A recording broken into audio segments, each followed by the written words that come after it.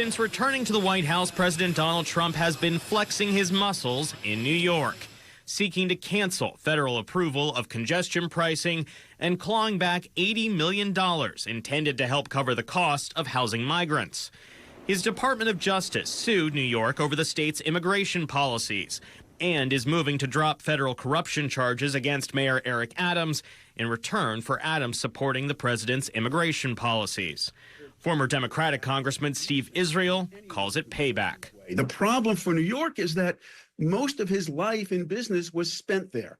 And so he's got a long list of people that he believes mistreated him and lots of scores to settle. Thank you very much. Longtime journalist Tom Robbins argues Trump is motivated to impose his will on a city that has not always embraced him. He's always felt very much an outsider in New York City. I mean, he was a kid from the outer boroughs. He never was accepted by the real estate titans of New York. You know, he didn't go to the real estate board of New York. The Rudins and the Tisches and the Spires, they looked down on him. Although Staten Island is Trump country, the city overall has been a hotbed of the Trump resistance.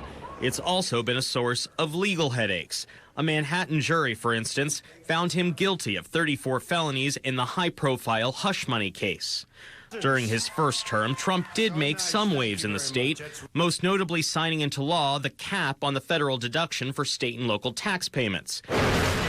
He also was accused of slow-walking progress on a new train tunnel under the Hudson River. He's been poking his thumb in the city's eye for a while. Republicans defend the president's actions, saying they reflect his policies and campaign promises.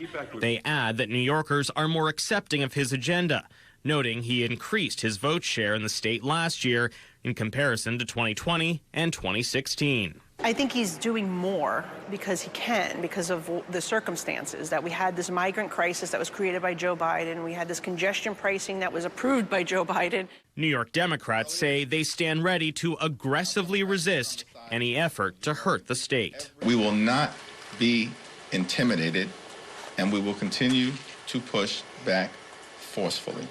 Asked about the president's involvement in New York, a White House spokesman said in a statement, quote, "President Trump is a president for all Americans and is working tirelessly to ensure every city in America is a beneficiary of his commitment to make America great again." From New York City to Los Angeles, the Trump administration is working with anyone willing to improve the lives of our great citizens. In Washington, Kevin Fry, New York 1.